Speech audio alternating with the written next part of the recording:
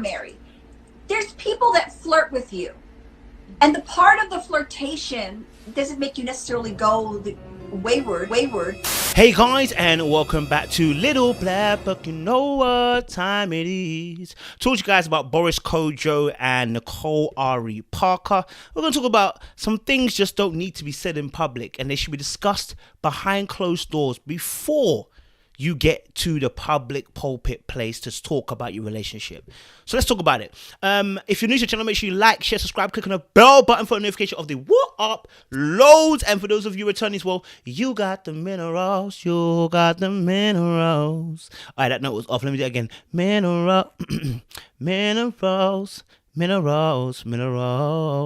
right, cool. We got it. All right, listen. Don't forget as well, grab your merchandise as well. Let's talk about Boris Kodjoe and Nicole Ari Parker. So, if you guys know, Boris Kodjoe and Nicole Ari Parker have been married for the last decade and a bit. And recently there was a video. It was actually a few months ago, actually. I'm new to this. Someone sent me this. So, they recently did a video on a live with another couple. I don't know their name. Especially married.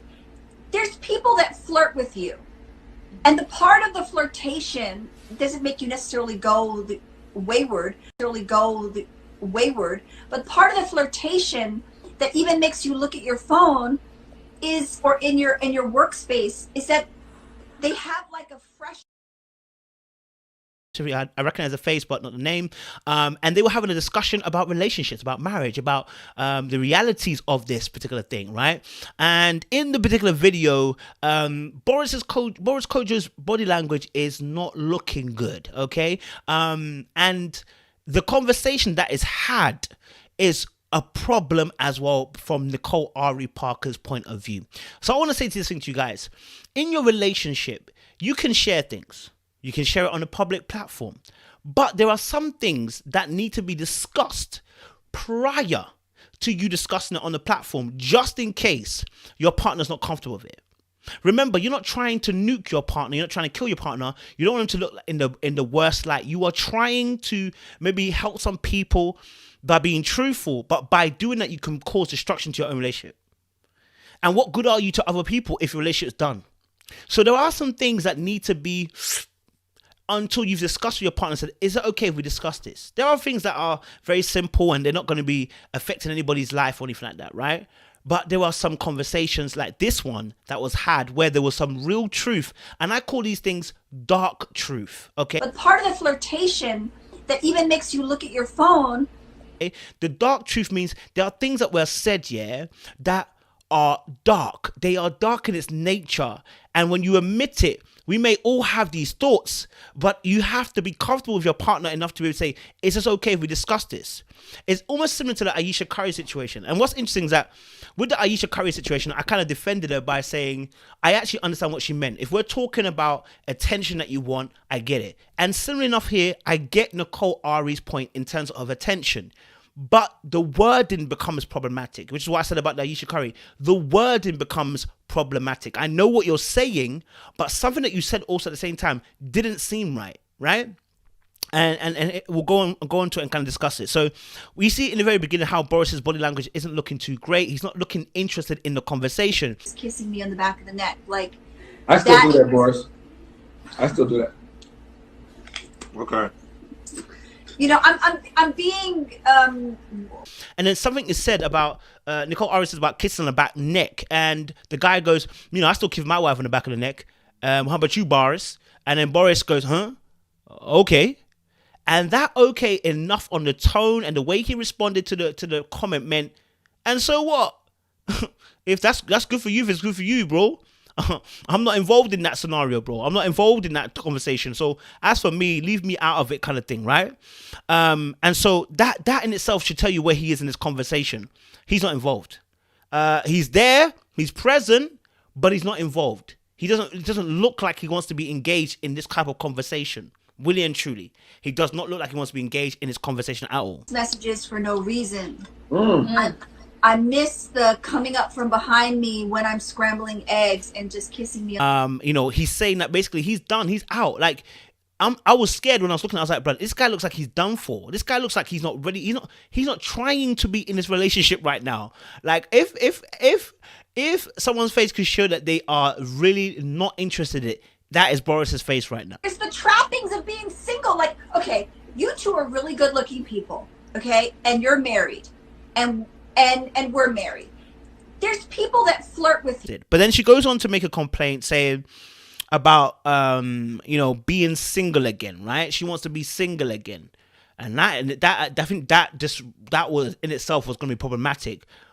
She does kind of explain it, saying that she wants to be dated again, almost like she wants to be courted again by Boris. But it's before she gets to that point where she says she wants to be single again, and then she speaks about the fact that the flirting. Now, let me be very truthful with you guys. When you work in your office, you see some stuff that will frighten you about marriage. You will see married people flirting as close as they probably could get to the fire without actually doing anything mad. So when she said about being at the workplace and someone flirting with you, and it's a nice feeling when you get that text and I called it dark truth, because it is true. It happens with so many marriages. And not even just marriages. I would say it happens as a almost latte.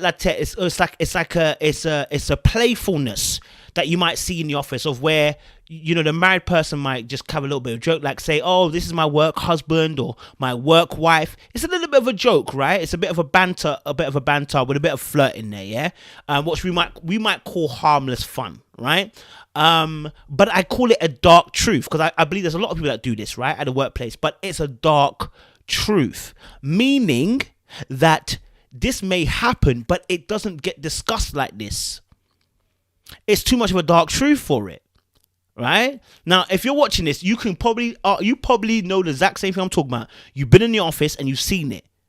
Many are people, and they're not just white, they're black, white, Hispanic, whatever you want to call it, whatever race. Everybody of every race seems to do this. There's a bit of a flirt, a bit of a fun. There's a guy in your workplace who you never ordinarily would have come into contact with had it not been for work. There's a little bit of a flirt between you two. You catch a bit of jokes, a bit of banter. It doesn't have to have your number or anything, just a little bit of a banter at the workplace. But actually, it's flirting, and actually, technically, that's really bad, right? And we might call that a little bit of harmless fun. My work husband, right? And so that conversation should have been discussed in the background first, before she brought it to light, because he was not responding in the exact same way. When she talked about flirting, and it's difficult. She spoke about flirting and wanted to feel that rush again, that sudden kind of feeling of being wanted again, right? But then she went on to say, obviously, when you flirt with someone, it doesn't produce anything, right? And this is where it rubs up people a lot of the wrong way, because it's a dark truth. It's something that you can't really admit in the open air. And if your partner then too, like Boris, is looking at you like you're mad, which I have no problem with, because if he hasn't been discussed with this, it's madness, right? Then, you know what I'm saying? Like, I think me and my Mr. were talking about something, was it some time back? It was talking about, I was saying about, I don't know what it was. Having a discussion, it was real truth, innit? But it's not something that I would have said in the open on public, because we haven't discussed it, right? We hadn't discussed. And the part of the flirtation doesn't make you necessarily go wayward, but part of the discussed it with ourselves first. But there are some dark truths that we admit to each other, like, yo, this is some dark truth, like, yo, this is something that, because we know that this happens. We know that when women go to garages, man, them are going to try it. We know that when women go to the garage, they're going to try it. She knows that while you do YouTube, while you do things, women will potentially try it. It's going to happen. Now, your response is what the problem is. What are you responding with?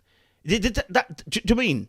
What are you responding with? What's your line? Where's your line in the sand that you draw?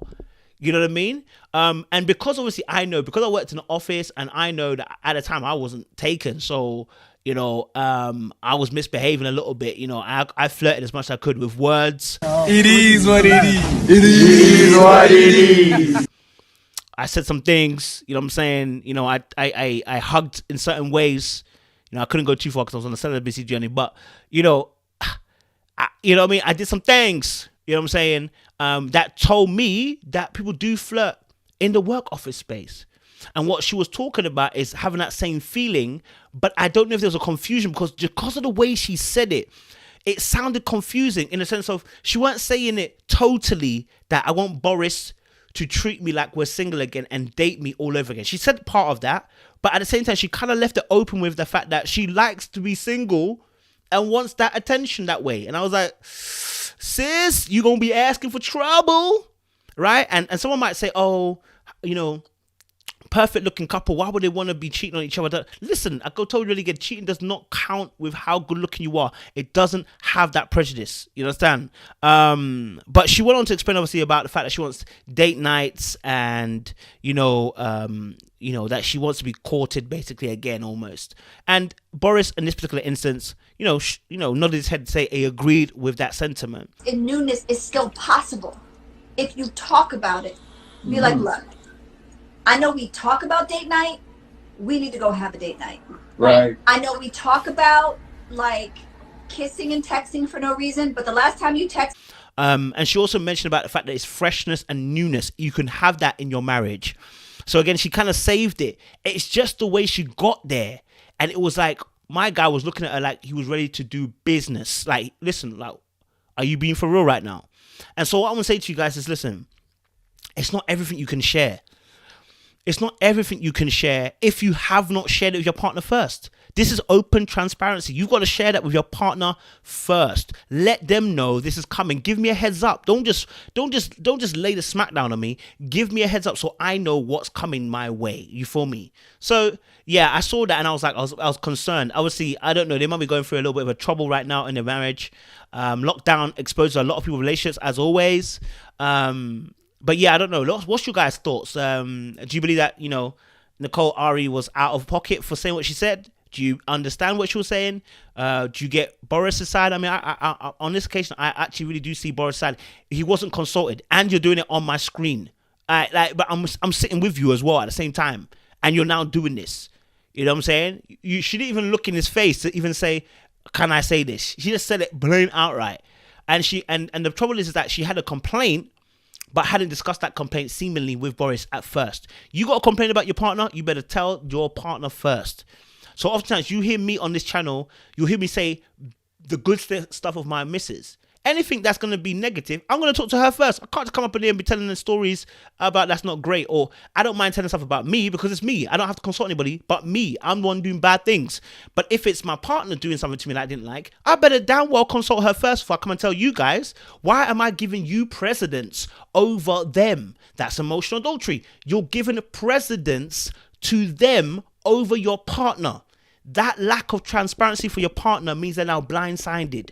Nah, that's not a good look, man. So guys, make sure you like and you subscribe and you share this channel. We appreciate you. Stay locked, stay loaded. More love, baby.